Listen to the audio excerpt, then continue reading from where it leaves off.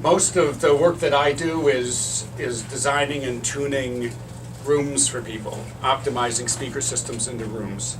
The majority of my clients are professionals, recording studios, the guys that are making the records that you listen to, the guys who are mastering the records that you listen to. So this, in fact, this is the system that Piper uses.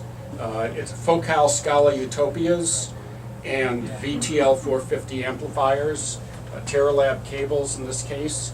We also have the VTL 6.5 preamp, Taurus power conditioning from Art Kelm and Ground One, and of course Tape Project tapes. The Tape Project is done at the studio where Piper's mastering studio is, and also on the picture on the cover of the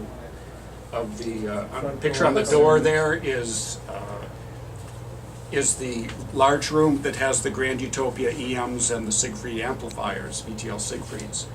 So we came into this room, we're trying to do a demonstration that represents a fairly linear system in here, something that sounds good. And as far as my end of things goes, what I do when I come into a room like this, or any room, is I bring in my Meyer sim system and try to determine where the best placement for the speakers is based on boundary interference patterns, how the speaker and the room are interacting together, and finding the best listening position. We've sort of tried to optimize the larger sweet spot. One of the ways we did that for this particular show is to raise the speakers up, because otherwise we wouldn't be able to get the tweeters to the second row.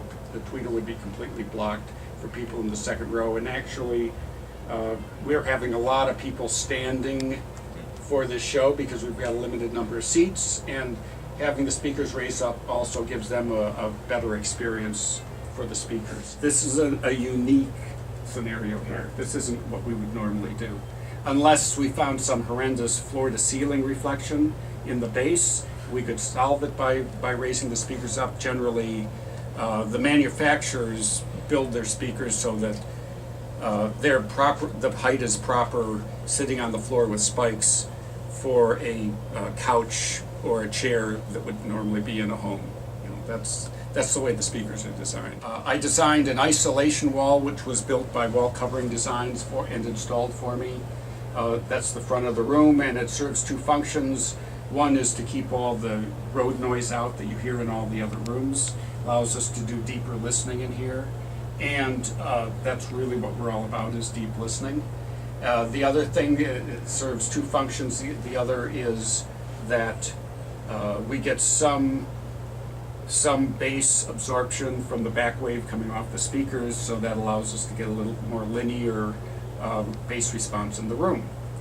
To do the sidewall reflections, I took a very simple trick, which is to take, in this case, an IKEA rug, very cheap, and suspend it off of the wall with a coat rack and pick up the first order reflections. And by having the rug off the wall, I get the benefit of a broader cue of absorption. The signal has to pass through the rug, hit the wall, and pass through it again coming out. If we put any acoustical treatment placed flat against the wall, is going to have limited range of absorption. It's all going to be based on the quarter wavelength of the frequency. So a 1-inch panel isn't really going to absorb much below 4,000 hertz if you place it flat against the wall. We also, because we've got asymmetry in here, we've got a long hallway on one side affecting this speaker, and we've got a wall affecting the right speaker on this side. I put up some scattering surfaces that are manufactured by RPG Acoustics, and this is called the Harmonix K. It breaks up the waves down to about 400 hertz, and then also has some absorptive properties centered at about 100. And so that's kind of helping move that wall back and take it out of the listening space. And that's how we tried to tame this room. And you've done some listening already, so you can judge for yourself whether or not you think we did an okay job. You want to talk about T.H.E Project? Yeah. The T.H.E Project is an audiophile record label. We release classic albums only on analog tape.